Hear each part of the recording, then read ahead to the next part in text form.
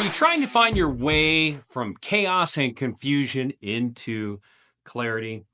Happy Father's Day, gentlemen, and welcome to the Daily Devo. I am Vince Miller. This week, we will be reading through 1 Samuel chapter 6. I've titled this chapter, From Confusion to Clarity. From Confusion to Clarity. So far in the story of 1 Samuel, we have been introduced to a few key figures like Samuel and Eli, but rather quickly we come upon a battle between the Philistines and the Israelites. Israel sustains devastating losses, and the Ark of God is taken. Now, the problem for the Philistines is that the Ark of God proved to be a curse to them for about 7 months. It tormented the 5 lords of the 5 cities of the Philistines with the Black Plague and severe hemorrhoids. The situation is so bad that their attention has turned from their victory over God to what to do with God. Now, the chapter we are reading this week chronicles how the Philistines rid themselves of the Ark of God and how the Israelites receive the Ark of God back safe and sound. Through their experiences, we uncover some profound lessons on how both unbelievers and believers find their way through chaos and confusion into clarity. The key verse of this chapter is verse 20.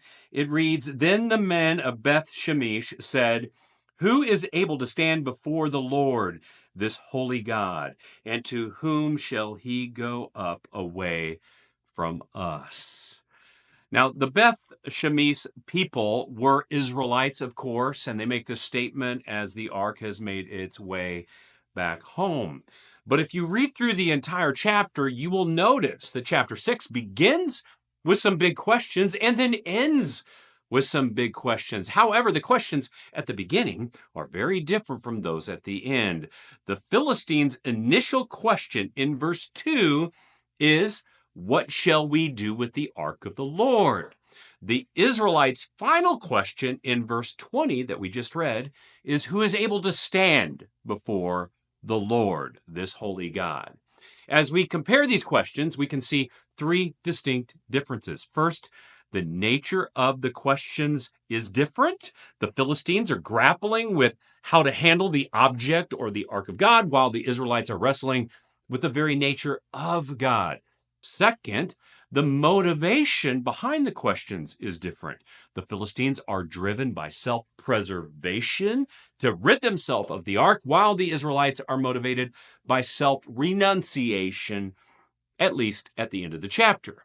Third, the responses to the questions are different. The Philistines' response to God is very superficial, while the Israelites' response is spiritual. This chapter is bookended by 2 questions from 2 different people with 2 different responses that attempt to address the chaos and confusion in life. Eventually, the chapter concludes with one nation seeking clarity by ridding itself of God, and the other finding clarity by returning to the reverence of God. We all face moments of chaos and confusion in this life. Through these times, we're confronted with the most profound questions we will ever have about God and his work in this life. These questions either guide you to rid yourself of God or to the reverence of God.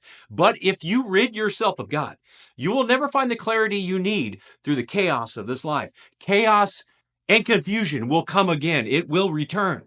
Permanent clarity is only found if you are willing to come to the end of yourself and submit to the heavy hand of the one and only holy God. In full submission of all we are to God, we find the clarity we need through every time of chaos and confusion in this life. So if you need this kind of clarity today, my suggestion, chapter 6, is submit to him. God, on this Father's Day, we men submit our lives to you. We all have some form of chaos and confusion in our lives right at this very moment. We need your clarity. And know this is only found bowed low before you. We are your sons. You are the only Father to be praised. Lead the way because we're ready to obey. Amen. I love you guys. Happy Father's Day. We'll see you right back here.